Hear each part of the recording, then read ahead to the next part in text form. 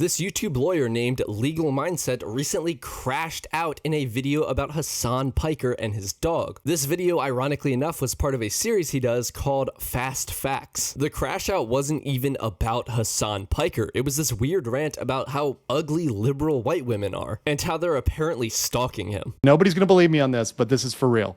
So there's a woman, she looked like Hillary Clinton. She had this like black and brown, black and white hair, like Cruella de Vil meets Hillary Clinton, super woke looking woman.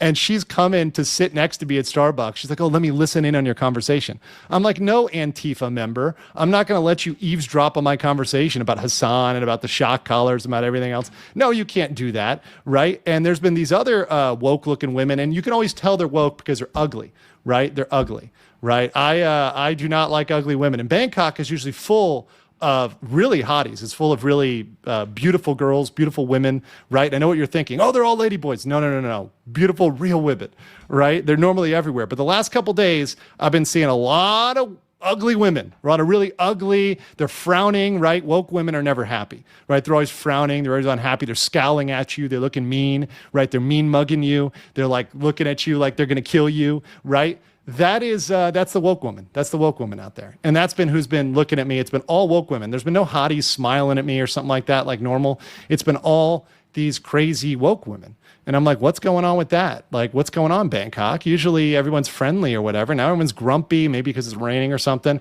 And there's all these woke women around me. And I thought about it and I'm like, oh, Antifa. Oh, obviously it's Antifa, right? Obviously they got word of this. Obviously there's something that they know that's coming because I've talked about this.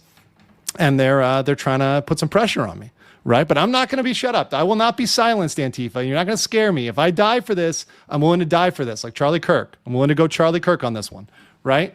And I also want to talk about this. Being abroad isn't safer, right? We talk about Charlie, right? All right, so first of all, he's just flat out wrong. He obviously hasn't seen all the goth women that follow Hasan Piker on Twitter.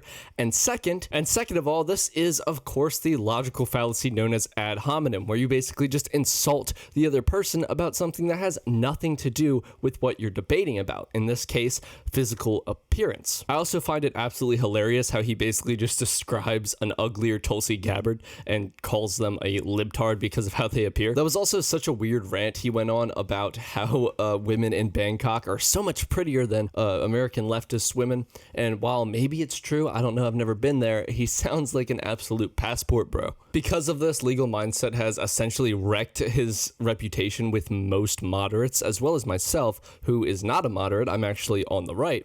But getting past that, he has basically became the right-wing Legal Eagle. And in my opinion, he's even more blatant with his bias than Legal Eagle, who I honestly really dislike. When you're making a video called Fast Facts, which isn't fast at all because it's like 26 minutes long, and you take up over 9% of this video talking about how much you hate liberal white women because they're ugly, yeah, that's really weird, and you're definitely showing the facts there. The intro to his video was also extremely cringe. He talks about how he thinks Antifa's going to come kill him because he said Hasan Piker shocked his dog. I'll play that now. Just keep in mind, the video was taken down. I had to take these clips from a stream. Let's get to the basics. So let's talk about, first of all, Antifa, why this is a dangerous topic. So, and this is something, once again, it is super dangerous. I've been nervous to talk about this, really nervous to talk about this, because a lot of people are going to be pissed off with me, like really pissed off, and perhaps enough to kill me, because this is something...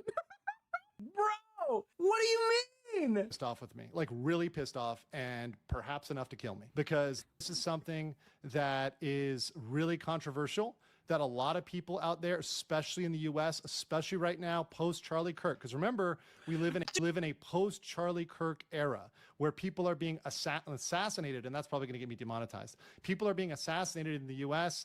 People are coming to shoot up churches, are coming to kill Christians, are coming to kill moderates. He poisoned our water supply, burned our crops, and delivered a plague unto our houses. He did?